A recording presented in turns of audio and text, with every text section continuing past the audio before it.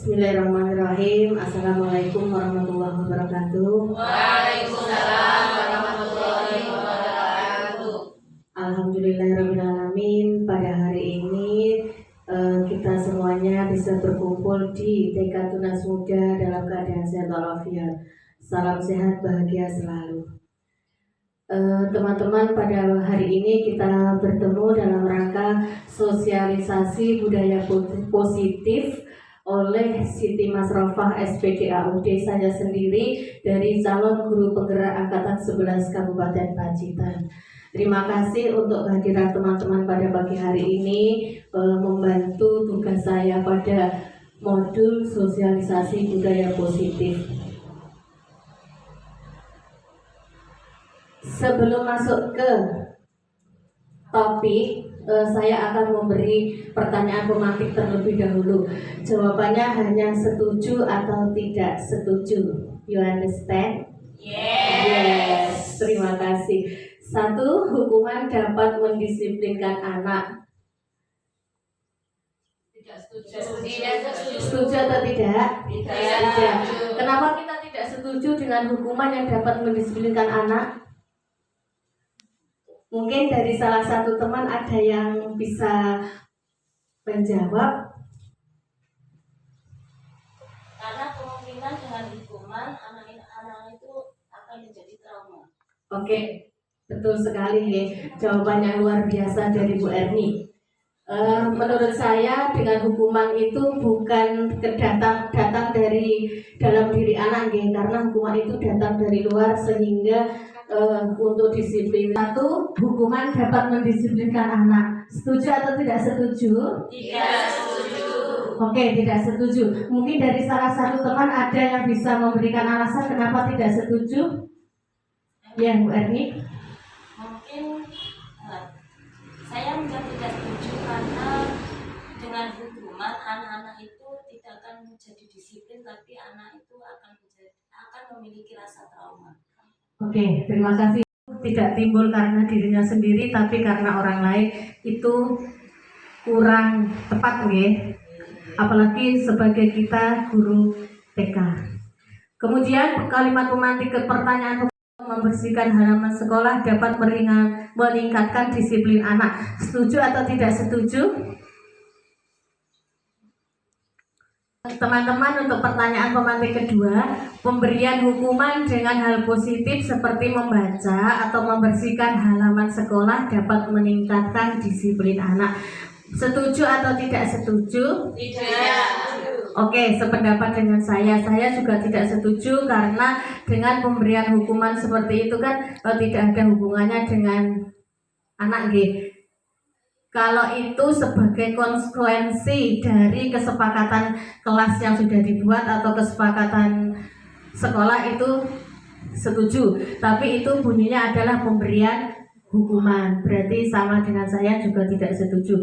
Kemudian pertanyaan pemantik yang ketiga, memberi penghargaan dapat meningkatkan motivasi belajar anak. Setuju atau tidak setuju? Tidak. Ada yang setuju, ada yang tidak. Kalau setuju berarti mungkin penghargaan itu sebagai pendorong kesenjangan antara anak yang sering mendapat reward dan tidak mendapatkan reward. Kemudian seperti yang tidak beda dengan yang nomor 1 ya. Dengan penghargaan berarti itu adalah motivasi bukan dari diri anak tetapi dari luar anak. Teman-teman, selanjutnya adalah topik dalam eksplorasi budaya positif pada kegiatan sosialisasi pada hari ini adalah disiplin positif dan nilai-nilai kebajikan universal. Kemudian di 2.2 ada teori motivasi, hukuman dan penghargaan restitusi. Kemudian 2.3 keyakinan kelas. 2.4 kebutuhan dasar manusia dan dunia berkualitas. 2.5 restitusi 5 posisi kontrol. 2.6 restitusi segitiga restitusi. Dalam pembelajaran 2.1 kami mempelajari tentang disiplin positif dan nilai-nilai kebajikan universal. Perubahan paradigma. Nah, teman-teman, sebelum masuk lebih dalam lagi, kita mempraktekkan ini nih. Kita pakai kertas, kemudian kita nanti mempraktekkan apa yang tertulis di slide.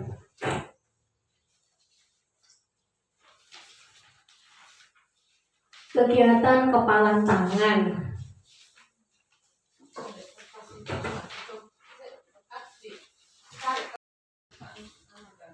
Teman-teman, selanjutnya kita akan bermain sebentar dengan ice breaking, kegiatan kepalan tangan. Coba perintah saya panjenengan ikuti ya. Ada A dan B, itu adalah Anda dan satu teman Anda. Kemudian ambillah secari kertas, kemudian sobeklah kecil.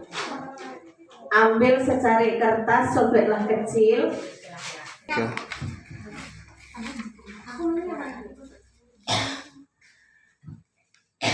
Ambillah secari kertas, kemudian sobeklah kecil, tuliskan satu kata atau benda yang berharga bagi Anda. Kertas tersebut dengan segala daya. Buatlah sebuah kepalan yang sangat erat. Sudah? Sudah. Kemudian teman Anda B atau yang di samping Anda akan mencoba dengan sekuat tenaga dengan berbagai cara untuk meminta Anda memberikan benda tersebut. B bisa membujuk, mengancam, menghardik, merayu, atau menyuap atau apa saja agar dapat membuka kepalan tangan Anda. Monggo, lakukan.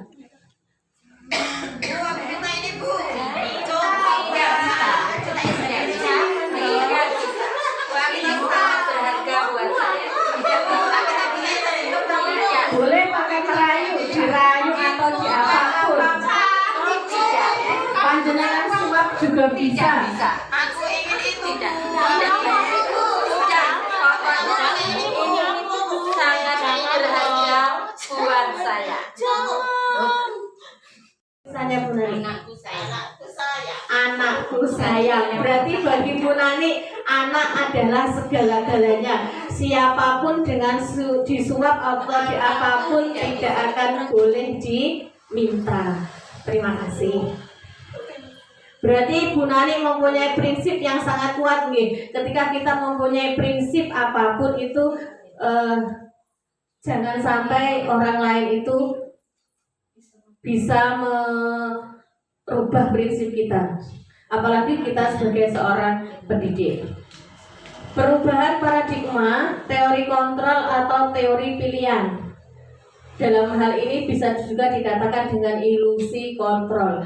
Ilusi guru mengontrol murid, bisa dengan ilusi bahwa kritik membuat orang merasa bersalah dapat menguatkan karakter seseorang.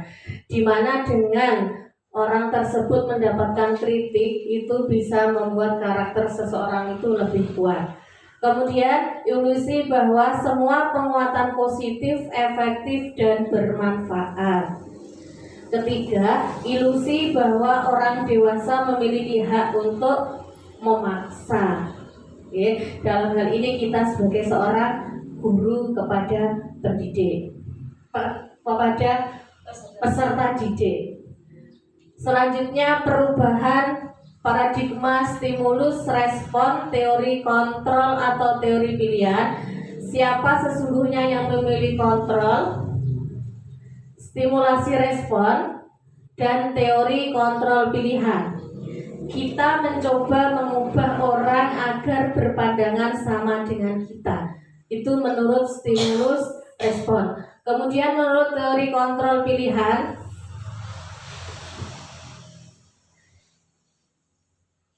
kita berusaha memahami pandangan orang lain tentang dunia. Yang kedua, perilaku buruk dilihat sebagai suatu kesalahan. Kalau menurut teori kontrol adalah semua perilaku memiliki tujuan. Orang lain bisa mengontrol saya Kalau di teori kontrol, hanya Anda yang bisa mengontrol diri Anda sendiri. Saya bisa mengontrol orang lain di stimulus respon. Menurut teori kontrol adalah Anda tidak bisa mengontrol orang lain. Stimulus respon pemaksaan ada pada saat bujukan gagal, tetapi di teori kontrol, kolaborasi dan konsensus menciptakan pilihan-pilihan baru. Kemudian model berpikir menang atau kalah di teori kontrol adalah model berpikir menang-menang. Jadi ada perbedaan ya teman-teman antara stimulus respon dan teori kontrol. Di antaranya adalah orang lain bisa mengontrol saya, tetapi di teori kontrol saya tidak bisa dikontrol oleh orang lain.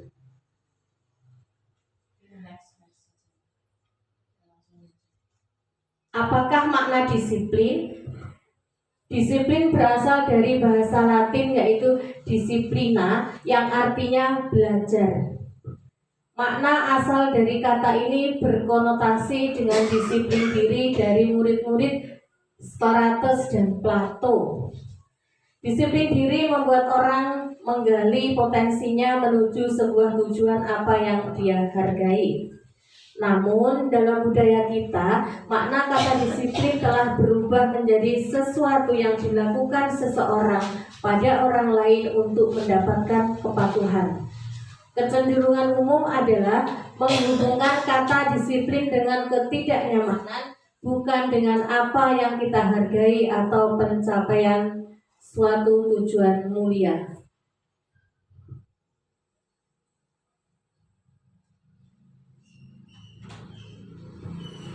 Nilai-nilai kebajikan universal. Nilai-nilai kebajikan adalah sifat-sifat positif manusia yang merupakan tujuan mulia. Nilai kebajikan universal. Nilai-nilai kebajikan adalah sifat-sifat positif manusia yang merupakan maaf teman-teman, saya bisa berdiri ya.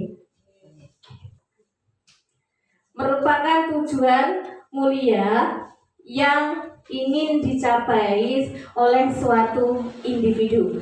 Nilai-nilai tersebut bersifat universal dan lintas bahasa, suku bahasa, agama maupun latar belakang, di mana setiap perilaku atau perbuatan memiliki suatu tujuan menurut Dr. William Glasser pada teori kontrol. 2.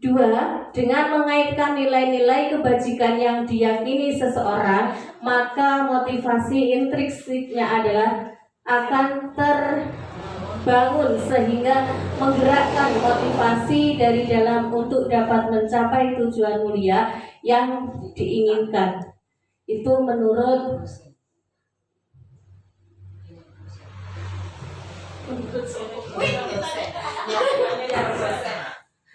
nilai kebajikan yang ingin dicapai oleh setiap anak Indonesia kita kenal dengan profil pelajar Pancasila yang terdiri dari beriman, bertakwa kepada Tuhan Yang Maha Esa dan berakhlak mulia.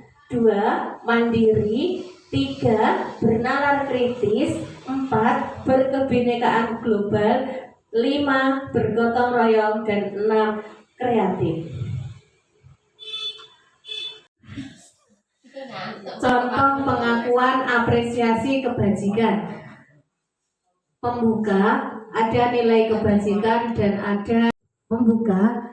Kemarin saya perhatikan, saya menghargai, terima kasih untuk nilai kebajikan adalah rasa empatimu besar sekali pada saat menolong murid baru di kelas kita, situasinya.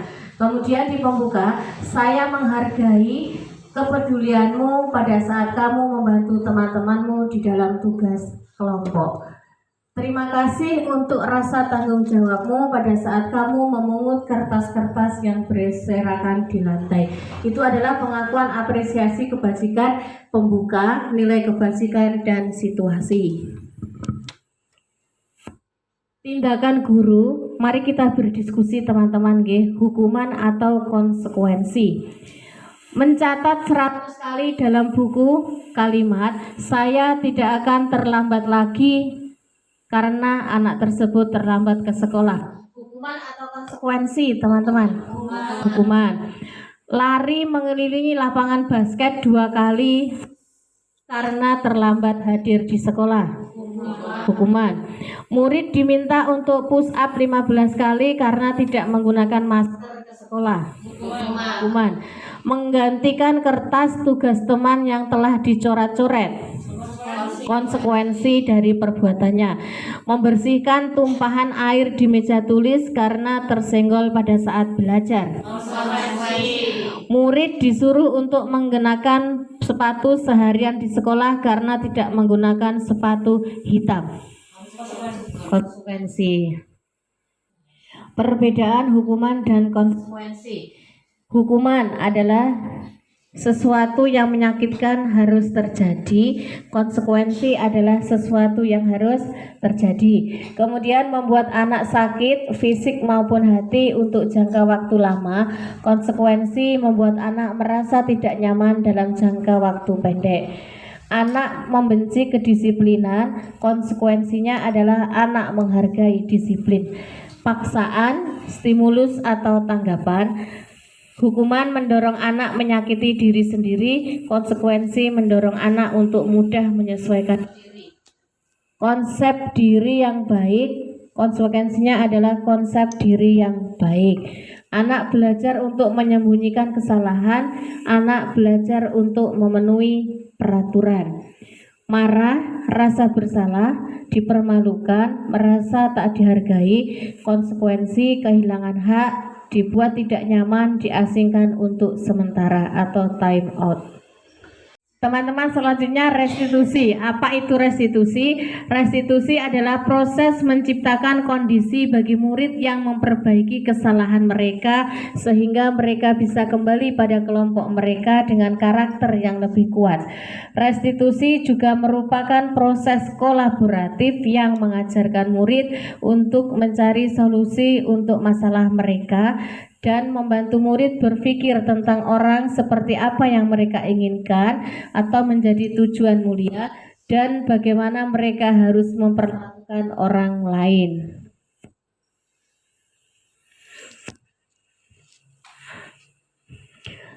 Di sini kita akan membahas tentang identitas gagal dan identitas sukses. Identitas gagal ada hukuman, kemudian identitas sukses disiplin, konsekuensi, dan restitusi. Hukuman, sesuatu yang menyakitkan harus terjadi, konsekuensi sesuatu harus terjadi, restitusi merupakan pilihan. Tidak nyaman untuk murid, anak untuk jangka waktu panjang. Tidak nyaman untuk murid, anak untuk jangka waktu pendek. Restitusinya adalah menguatkan untuk murid atau anak dalam jangka waktu panjang. Korban mendapatkan keadilan, konsekuensi korban bisa diabaikan, restitusi korban mendapatkan ganti. Murid anak akan tersakiti, konsekuensi murid anak dibuat tidak nyaman, restitusi murid anak mendapatkan penguatan.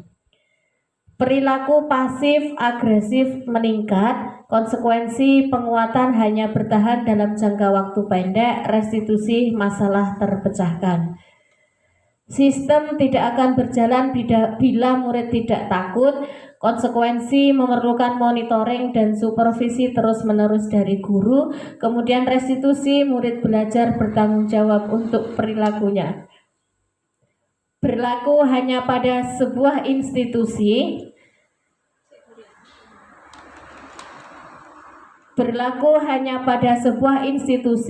tidak berlanjut pada kehidupan nyata, membantu penerapan mengikuti peraturan dalam masyarakat, restitusi fokus pada pemecahan masalah dalam jangka waktu yang panjang. Peraturannya adalah kamu harus, apa peraturannya, mampukah kamu melakukannya, terima kasih. Restitusinya adalah apa kamu yakin, apa yang bisa kamu lakukan untuk memperbaiki masalah ini. Selanjutnya, murid anak membenci peraturan, murid anak menghormati peraturan. Restitusinya adalah murid anak menghormati diri dan orang lain.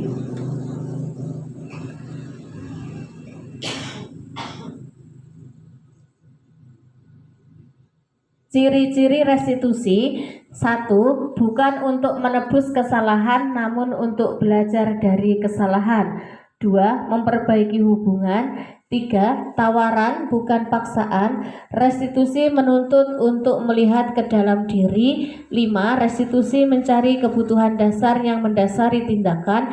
6. Restitusi diri adalah cara yang baik. 7. Restitusi fokus pada karakter bukan tindakan.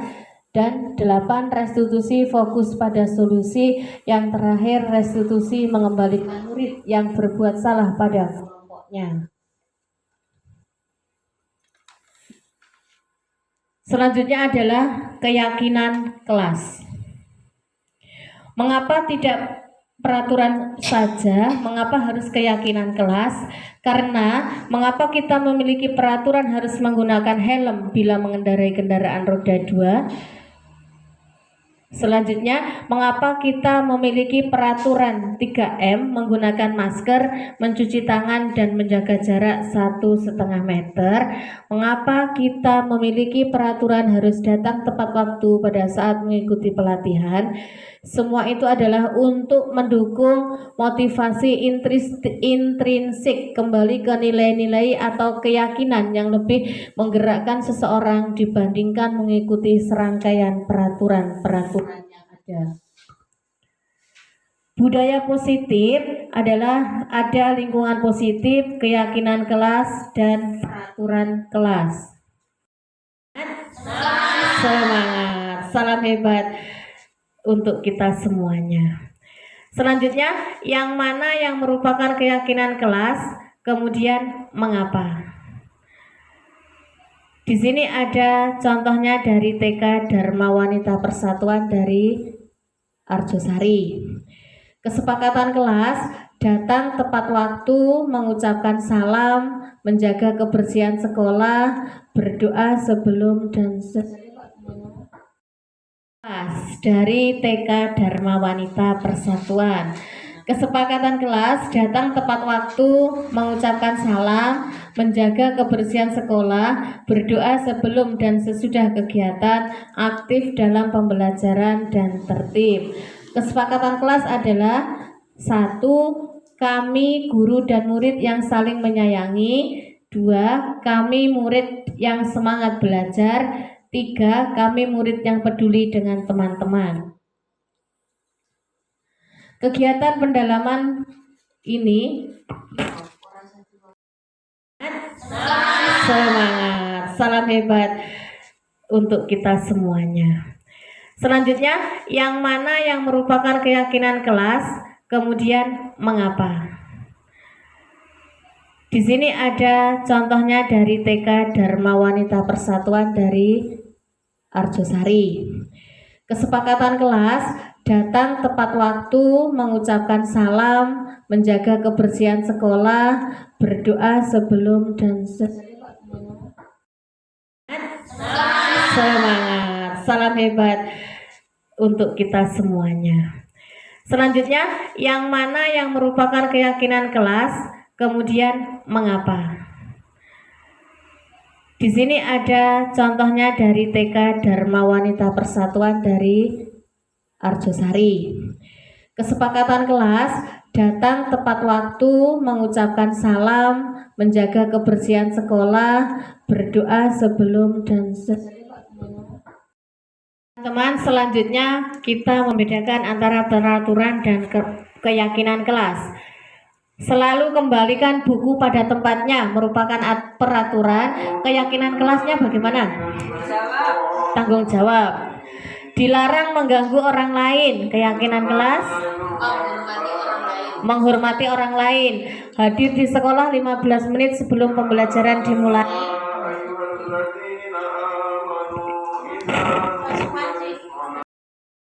Teman-teman, selanjutnya adalah perbedaan antara peraturan dan keyakinan kelas.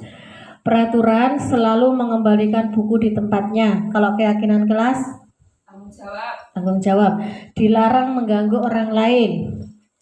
Keyakinan kelas, bisa menghormati orang lain. Hadir di sekolah 15 menit sebelum pembelajaran dimulai. Keyakinan kelasnya, berkomitmen. Dilarang melakukan kekerasan. Bisa menghormati orang lain. Bergantian atau menunggu giliran. Oke, gunakan masker. Kesehatan. Jangan berlari di kelas atau koridor. Keselamatan. Keamanan. Oke. Lanjut. Pembelajaran keempat adalah kebutuhan dasar manusia dan dunia berkualitas. Kebutuhan manusia ada 4, yaitu kasih sayang dan rasa diterima, penguasaan, kebebasan, dan kesenangan.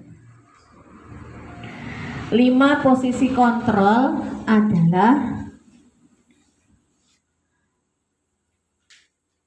identitas gagal, identitas berhasil atau sukses. 5 posisi kontrol adalah penghukum, membuat orang merasa bersalah, teman, pemantau, atau manajer. Dari sekian ini panjenengan semuanya berada di penghukum, pembuat orang merasa bersalah, teman, pemantau, atau manajer. Guru berbuat, menghardik, menunjuk, menyakiti, menyindir adalah sebagai penghukum.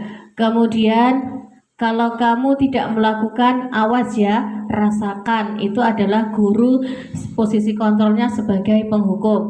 Memberontak, menyalahkan orang lain, berbohong. Murid melakukan kesalahan di luar dunia pendidikan.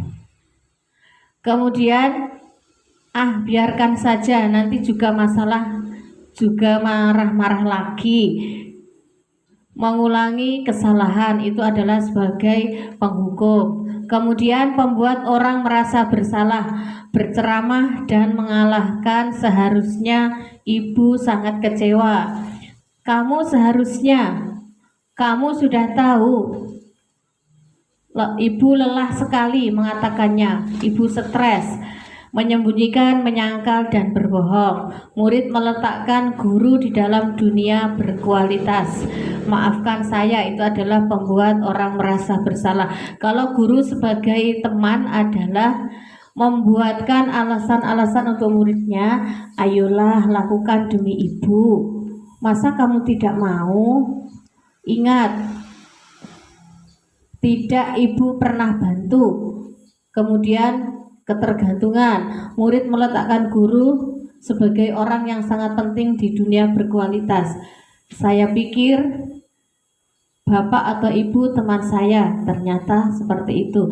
Kalau sebagai pemantau, misal apa peraturannya, kemudian guru melakukan peraturan dan hukum di dunia berkualitas. Next. Atau contoh dari pembuat orang merasa bersalah, penghukum, sebagai teman, pemantau, atau manajer di sini. Sebagai manajer adalah yang tertinggi atau tersulit bagi seorang pendidik kalau menurut saya.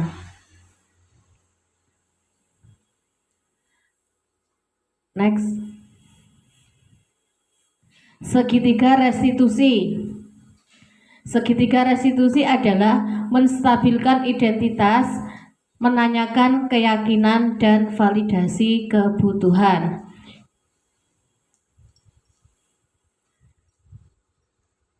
Next.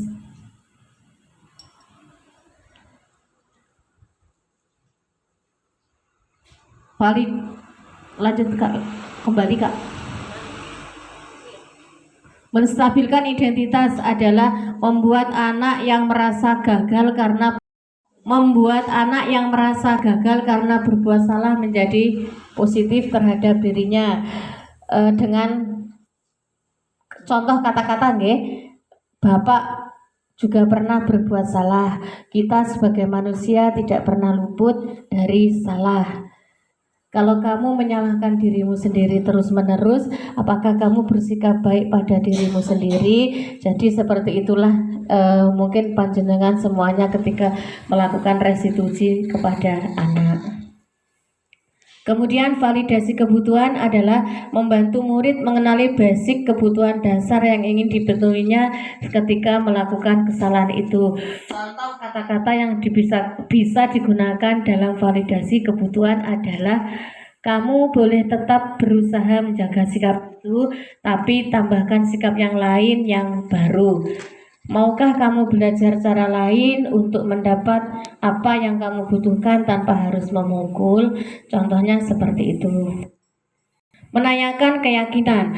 Anak melihat kesalahannya dihubungkan dengan norma sosial dan nilai-nilai yang mendasari manusia berinteraksi dengan orang lain. Contoh kata-kata dalam menanyakan keyakinan adalah kelas yang ideal itu seperti apa sih menurut kamu? Kamu ingin jadi anak seperti apa? Apa yang kamu rasakan ketika kamu melakukan itu? Kamu menjadi orang seperti apa? Seperti itu. Akhir di pertemuan terakhir pada hari ini kita ada refleksi. Kita ada 4 refleksi. Yang pertama adalah hal baru apa yang mengubah paradigma saya yang saya dapatkan. Bisa monggo salah satu. Mungkin dari teman-teman salah satu, Bu Erni monggo. Saya Bu, mungkin kita sebagai pendidik dulu kita posisinya banyak sebagai teman. Setelah mengikuti sesi hari ini, kita berusaha untuk menjadikan posisi kita sebagai manajer. Kemudian yang kedua, perasaan apa yang muncul selama mengikuti sesi ini, khususnya mengenai makna disiplin dan motivasi intrinsik. Motivasi itu baiknya motivasi yang berasal dari diri sendiri, karena anak yang mempunyai motivasi dari sendiri itu akan lebih pada motivasi dari luar. Berarti seperti pemberian reward atau hukuman ya. Oke.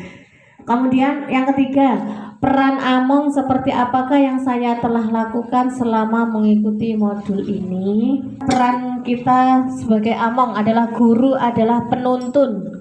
Kita guru adalah penuntun, membimbing anak. Ibaratnya kita seorang petani. Petani itu adalah tugasnya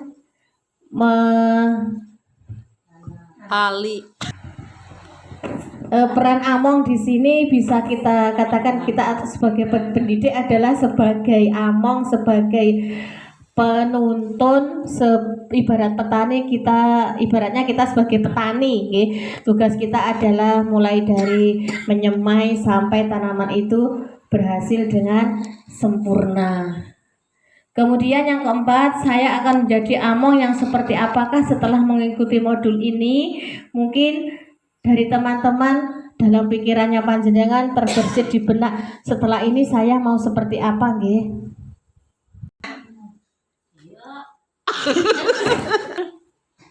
Tentunya menjadi Among yang selalu dirindukan, yang disayang oleh peserta didik kita.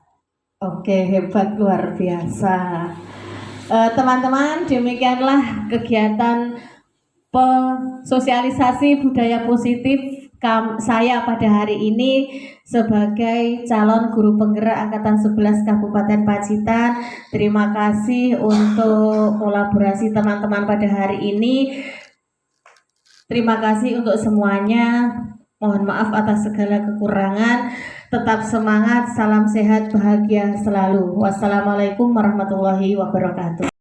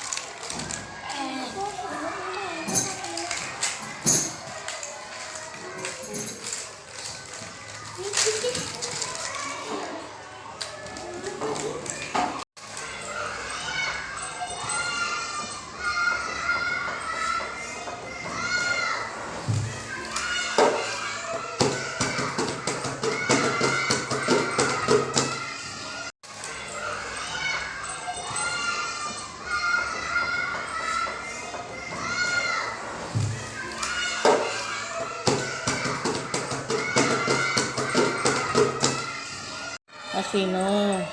Bu Guru tadi dari sini tahu Bu Guru di sini, Bu Guru perhatikan Mas Vino waktu bermain kenapa mainannya diberantakin? Aku malas Bu. Oh, tadi kenapa ambilnya mainan banyak-banyak? Pedak Bu. Enak. Oke, nggak apa-apa kalau pengen bermain itu apapun boleh, gitu. Tapi harus gimana? Kesepakatan kita kemarin bagaimana? Tidak boleh permainan Nggak boleh? harus diberes-beresi. Oh, setelah mainan harus diberesi. Terus kenapa tadi Bu Guru lihat dari sini mainan yang tidak diberesi, Mas Vino? Males Bu lagian. Oh, males Bu lagian, nggak apa-apa. Kalau hari ini males tau Mas Vino, besok lagi nggak boleh apa? Nggak boleh males. Diingat-ingat, oh iya kemarin aku buat kesepakatan loh sama teman-teman di kelas, ketika habis bermain atau ketika selesai bermain kita harus Diberesi. diberesi. Oke anak ganteng. Mas Vino pinter, putranya Bu Guru hebat. Ingat selalu kesepakatan kelas yang sudah kita buat. Sesama teman harus saling menyayangi. Setelah selesai bermain harus diberesi. Pinter.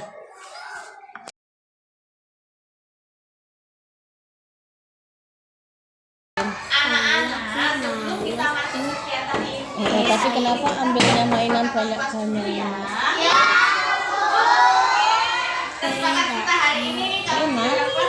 Nggak apa-apa kalau pengen bermain itu apapun boleh, gitu. Tapi harus gimana? Kesepakatan kita kemarin bagaimana? Nggak boleh. Oh, setelah mainan harus diberesi. Terus kenapa tadi Bu Guru lihat dari sini mainan yang tidak diberesi, Mas Vino? Oh, males Bu lagi, nggak apa-apa. Kalau hari ini males tau Mas Vino, besok lagi nggak boleh apa? Nggak boleh males.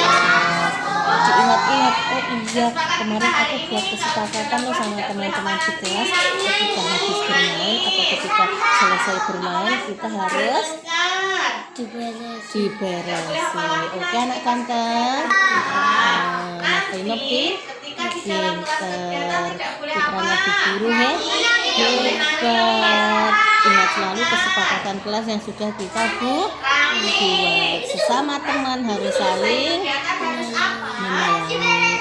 Setelah selesai bermain harus diberesi. Pinter.